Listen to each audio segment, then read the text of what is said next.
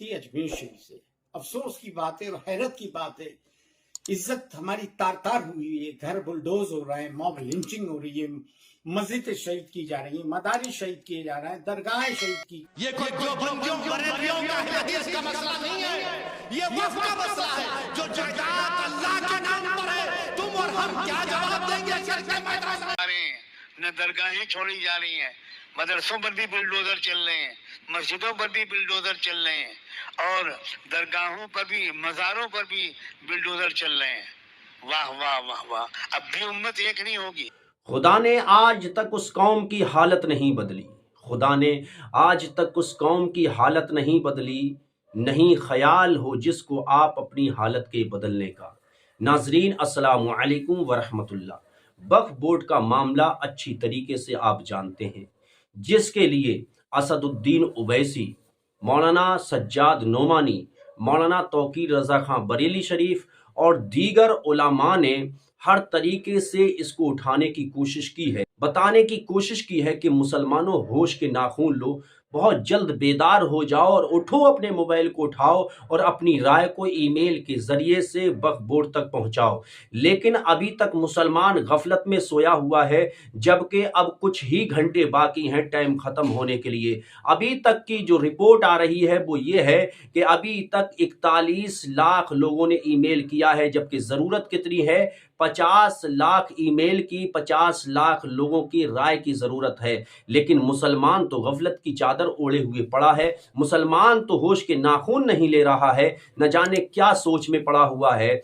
Server Chishti साहब ने क्या पैगाम दिया है, आप उस पैगाम को सुनिएगा, फिर आपको अंदाजा हो जाएगा किस कदर बेदार होना जरूरी है।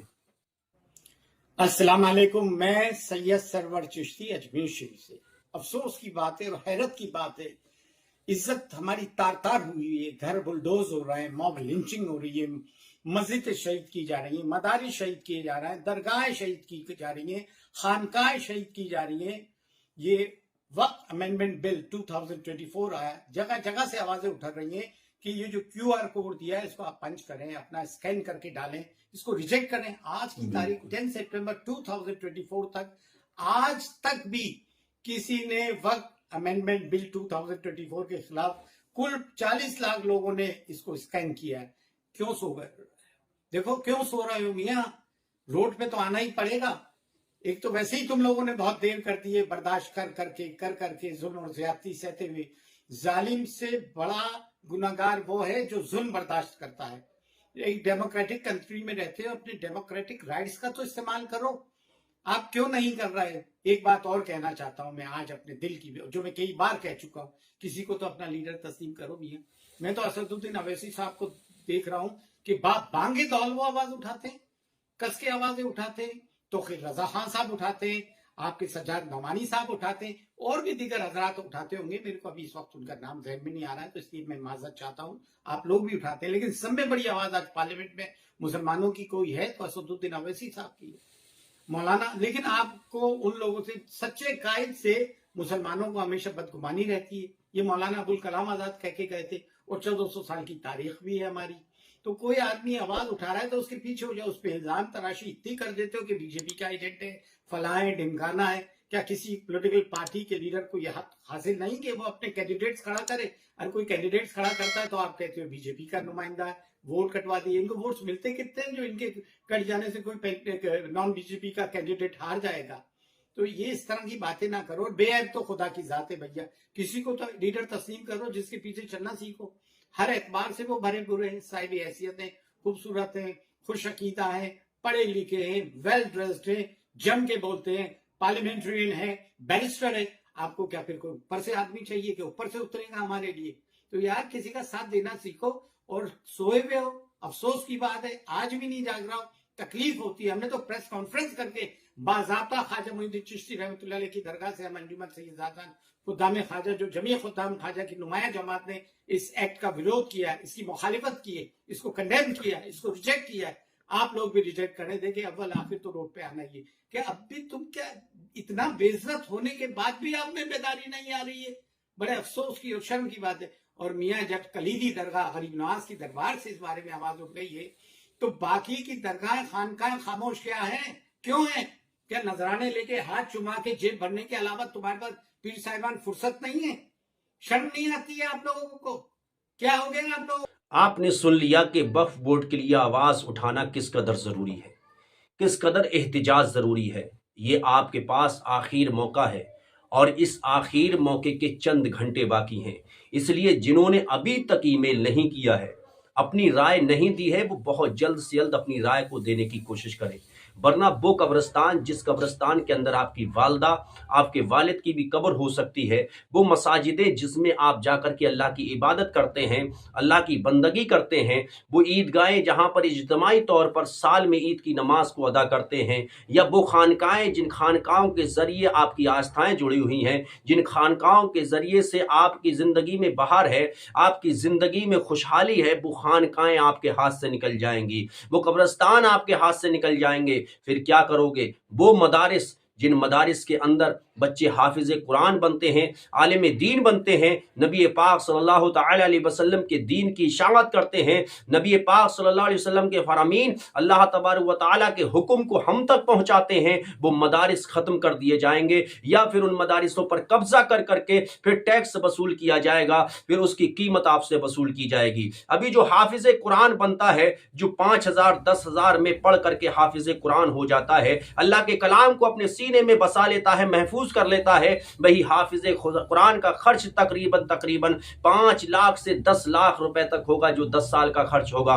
वहीं पर आप ये भी देखेंगे कि जो चीज आप कब्रिस्तान में फ्री में दफन करते हैं, क्योंकि कब्रिस्तान वो वक्फ के हैं, वो रज़ाए इलाही के लिए वक्फ किए हुए हैं, उन्हीं कब्रिस्तानों में आपको 2 गज जमीन के लिए न जाने कितना पैसा देना होगा। बड़ी बड़ी जगहें हैं, जैसे मुंबई है, दिल्ली है, या फिर बड़े बड़ी कीमती जगहें हैं, वहां पर किस कदर आपको महंगी कब्र खरीदना होगी। तो सोचिए किस तरीके से मरेंगे आप और किस तरीके से दफन होंगे आप सोचिएगा। वो मज़ारात जिन्होंने दीन की इशाअत की, अल्लाह तबारक व तआला के फरामीन को हम तक पहुंचाया, उन मज़ारात को उखाड़ने की कोशिश की जाएगी, उन पर या तो कब्जा कर लिया जाएगा और फिर वहां पर टिकट लगा करके कमाई की जाएगी और मुसलमानों को उससे दूर कर दिया जाएगा। फिर आप क्या करेंगे? उस वक्त आप हाथ मलते रह जाएंगे, उस वक्त अफसोस के सिवा कुछ भी नहीं होगा, उस वक्त अफसोस करने से कुछ काम नहीं चलने वाला। इसलिए अभी वक्त है, अभी लम्हा है, अभी टाइम है तुम्हारे पास में। उठो और उठने के बाद वक्फ बोर्ड के पास में अपना ईमेल करो, अपना कीमती वोट दो, अपनी कीमती राय दो और बर्बाद होने से बचाओ वक्फ बोर्ड को। वरना याद रखना, आज अगर वक्फ बोर्ड के लिए आवाज ना उठाई तो कल कयामत के दिन अल्लाह तबारक व तआला की बारगाह में क्या जवाब दोगे? क्या जवाब दोगे अपनी माँ को, अपने बाप को, जो कि कब्रिस्तान में दफन थे? तो वो कहेंगे कि तुम हमारी कब्रों को भी ना बचा सके, हम जिन कब्रिस्तान में दफन थे उन कब्रिस्तानों की भी हिफाजत ना कर सके, जिन मसाजिदों के खातिर हमने खून पसीना बहाया उन मसाजिदों की भी हिफाजत ना कर सके, जिन मदारिसों को हमने कायम किया था उन मदारिसों में इल्म दीन हासिल किया जाता था, आलिम दीन हाफिज कुरान तैयार किए जाते थे, उन मदारिसों को भी तुम ना बचा सके, उन खानकाओं को भी तुम ना बचा सके, तो क्या हाल होगा? इसलिए मुसलमानों, बहुत कम टाइम रह चुका है। 40 लाख लोग अभी तक सिर्फ ईमेल कर पाए हैं, जबकि जरूरत 50 लाख की है। बहुत सारे मैसेज ऐसे किए जा रहे हैं जिसमें 60 लाख दिखाए जा रहे हैं, 61 लाख दिखाए जा रहे हैं कि ईमेल हो चुके हैं। आप बहकावे में नहीं आए। अगर 1 करोड़ भी हो जाए और टाइम 1 मिनट का भी बाकी है, आपको मौका मिलता है, फिर भी आप ईमेल कीजिएगा, क्योंकि 50 लाख का तो टारगेट रखा गया है। जितने ज्यादा हो जाएंगे उतनी बेदारी पैदा होगी, उतनी मजबूती होगी। इसलिए इन फ्रॉड मैसेजों पर आप ध्यान ना दें जिसमें 60 लाख 61 लाख दिखाई दे रहे हैं, बल्कि आपने अगर ईमेल नहीं किया तो आपकी जिम्मेदारी है, आप ईमेल कीजिएगा, आप अपनी राय दीजिएगा, ताकि वो जालिम जो वक्फ बोर्ड पर कब्जा करना चाहते हैं, वो लोग जो नाजायज तरीके से वक्फ बोर्ड पर अपना हक जताना चाहते हैं, उनकी आंखें खुल जाए और उन्हें मालूम हो जाए कि मुसलमान बेदार था, मुसलमान बेदार है और मुसलमान जुल्म को बर्दाश्त नहीं करेगा। किसी कीमत पर अपने बाप की कब्र को, अपनी माँ की कब्र को तुम्हारे हवाले नहीं करेगा। जिन असलाफ ने हमारे कब्रिस्तानों के लिए खून पसीना बहाया,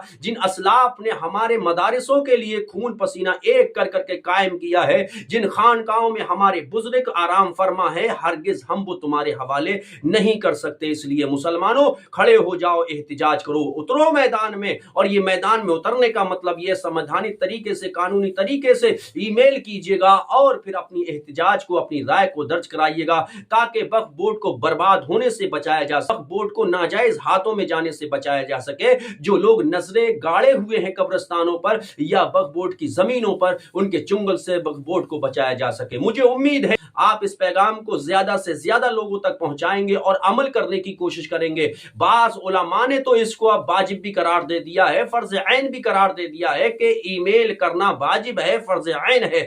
اب اگر کوئی انسان اس سے دور رہا، کوئی انسان اس کو اگنور کرتا ہے، کوئی انسان نہیں کرتا ہے، بھول کر جاتا ہے یا سستی کرتا ہے، تو وہ گناہگار ہوگا، وہ گناہگار ہوگا، گناہگار ہوگا۔ اس لیے ہاتھ جوڑ کر کے آپ سے گزارش ہے کہ آپ ای میل کیجیے گا، اپنی ذمہ داری کو نبھائیے گا اور وقف بورڈ کو برباد ہونے سے بچا لیجیے گا۔